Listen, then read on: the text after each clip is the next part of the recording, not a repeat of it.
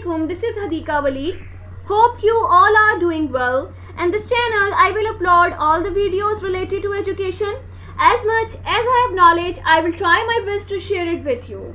In today's video, I will tell you about Lawrence Kohlberg's theory of moral development and also discuss its stages. So, let's start. Okay जी, तो सबसे पहले मैं आप लोगों को बता देती हूँ कि कोहलबर्ग ने किससे इंस्पायर्ड होकर ये थ्योरी को डेवलप किया था। तो कोहलबर्ग बेसिकली इंस्पायर्ड हुआ था पियाजे की थ्योरी से, जो कि कॉग्निटिव डेवलपमेंट में बनाई थी उसने, ठीक है, जिसमें उसने 4 स्टेजेस का जिक्र किया था। इसकी थ्योरी से वो बहुत ज़्यादा इंस्पायर्ड था, जिसकी बिना पे इसने मॉरल डेवलपमेंट की थ्योरी को डेवलप किया था, कंडक्ट किया था। तो कोहलबर्ग की थ्योरी जितनी भी आप लोग पढ़ेंगे ना, वो डिफरेंट दूसरे साइकोलॉजिस्ट से, दूसरे फिजियोलॉजिस्ट से मच डिफरेंट हैं, ठीक हो गया। और बेसिकली इसने अपनी थ्योरीज में ये कंडक्ट करता था स्टोरी टेलिंग मेथड, ठीक है, जिसमें हम लोग ability to think right and wrong, जिसमें हम लोग ये चीज़ के काबिल हो जाते हैं कि हम लोग अपने बारे में अच्छा और बुरा सोच सकते हैं। और इसने अपनी इस थ्योरी में भी इसी चीज़ का जिक्र किया है, इसी की बिना पे इसने स्टेजेस को आगे से डेवलप किया है। तो हम लोग जो पढ़ेंगे तो हम लोगों को समझ आ जाएगी। ओके जी, तो सबसे पहले मैं आप लोगों को इसका ब्रीफ सा ओवरव्यू दे देती हूँ कि इसने अपनी थ्योरी में आखिर बताना क्या चाहा है, कौन सी ऐसी स्टोरी थी जिसके आगे से उसने 6 स्टेजेस अपनी बनाई। तो हम लोग देखते हैं। मैं आप लोगों को पहले इसका शॉर्ट सा ओवरव्यू दे देती हूँ, फिर मैं आप लोगों को इसकी इंग्लिश टर्म बता दूंगी। तो बेसिकली इसकी थ्योरी क्या थी कि एक वुमेन थी जिसको एक स्पेशल काइंड का कैंसर था, और एक ड्रग थी जिसको डॉक्टर सोचते थे कि अगर ये यूज़ करेगी तो ये ठीक हो जाएगी, ठीक है ना। बट वो और ये भी एक बाय चांस ही हुआ कि जो ड्रग की उसको ज़रूरत थी वो उन्हीं के टाउन में वो ड्रग थी वो बनती थी।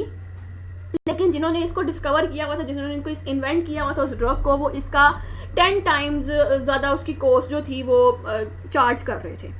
मीन कि अगर $200 की अगर वो दवाई है तो वो उसका $2000 जो थे वो चार्ज कर रहे थे। तो वो जो सिक वुमेन का जो हस्बैंड था हाइंस, ये हाइंस डायलेमा के नाम से बेसिकली ये डेवलपमेंट, ये थ्योरी जो है वो बहुत ज़्यादा फेमस है।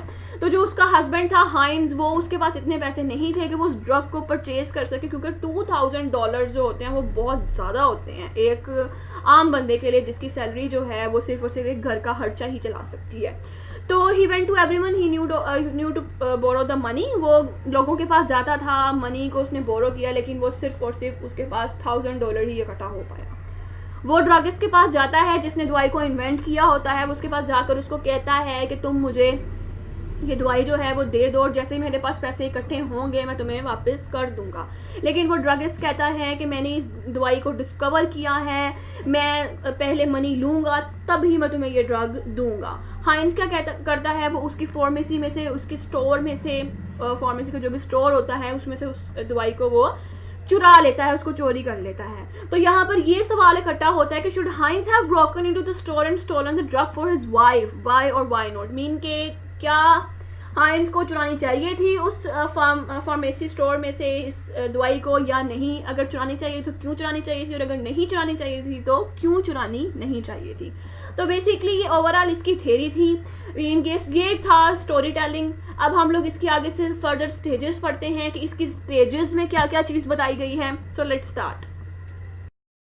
ओके जी, तो इसकी बेसिकली 3 स्टेजेस हैं, और एक स्टेज के अंदर उसके आगे से 2 सब स्टेजेस हैं, ठीक है ना। मीन टोटल 3 स्टेजेस के अंदर 6 सब स्टेजेस हैं। तो प्री मॉरल है पहले, प्री मॉरल के अंदर ऑबिडियंस एंड पनिशमेंट की सब स्टेज आती है, और दूसरी है इंडिविजुअलिज्म एंड एक्सचेंज की सब स्टेज। ओके, और कन्वेंशनल में गुड इंटरपर्सनल रिलेशनशिप्स आते हैं, और 4 नंबर पे मेंटेनिंग सोशल ऑर्डर आता है। पोस्ट कन्वेंशनल में social contract and individualism right आते हैं, और 6 सब स्टेज में यूनिवर्सल प्रिंसिपल्स का जिक्र किया गया है। तो बेसिकली ये 3 स्टेजेस हैं, और आगे से इनकी 6 सब स्टेजेस हैं। तो हम लोग सबसे पहले प्री मॉरल की ऑबिडियंस एंड पनिशमेंट थ्योरी को देखते हैं।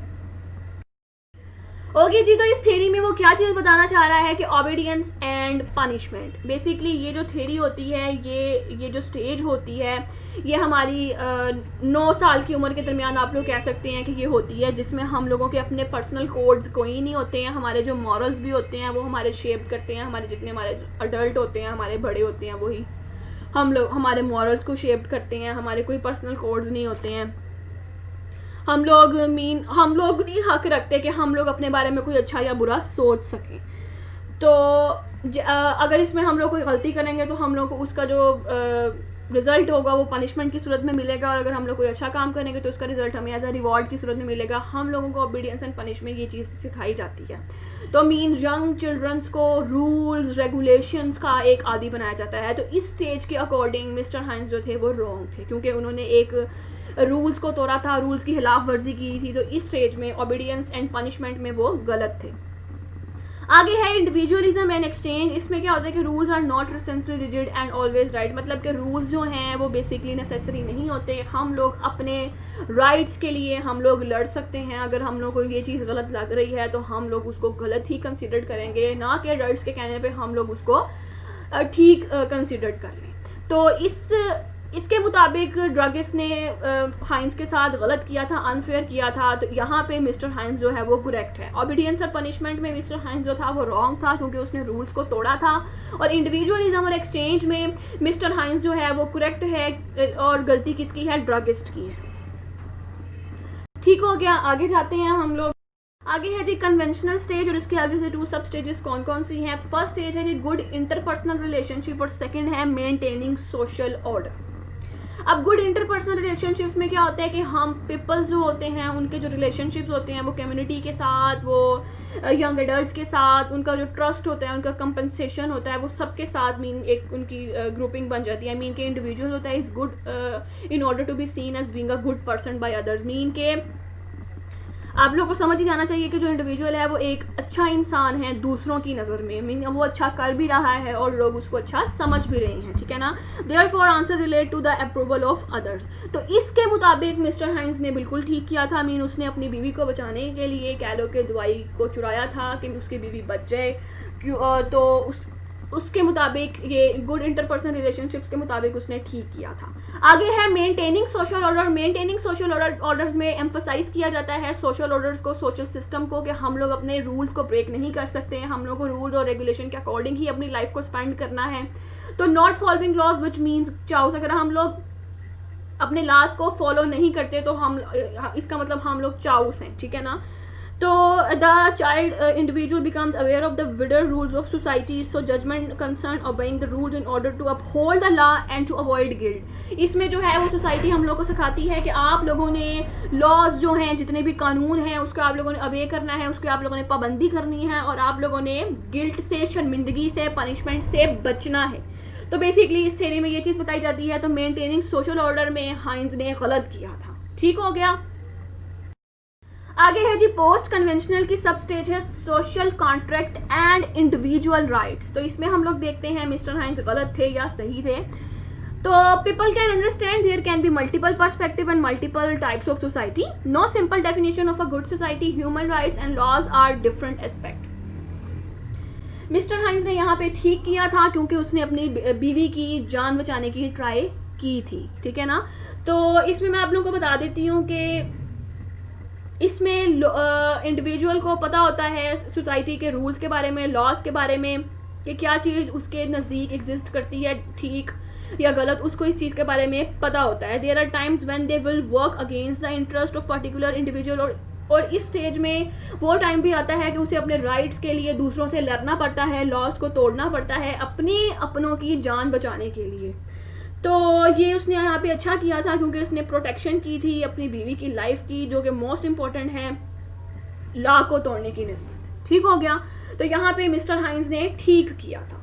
और आगे है जी यूनिवर्सल प्रिंसिपल। इसमें मैं आप लोगों को बता देती हूँ कि people have their on moral guidelines which may not tie in with the society.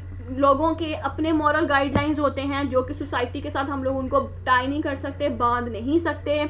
हम लोग एक्ट करते हैं अपने प्रिंसिपल्स को डिफेंड करने के लिए, जो भी हमें ठीक लगता है हम लोग वो चीज़ करते हैं। Mean people at this stage have develop their own set of moral guidelines which may और may not fit the law. Mean कि यहाँ पे जो लोग होते हैं उनके अपने एक मॉरल गाइडलाइंस होते हैं जो कि हमारे जो लॉज होते हैं, कानून होते हैं, उसके साथ फिट नहीं करते।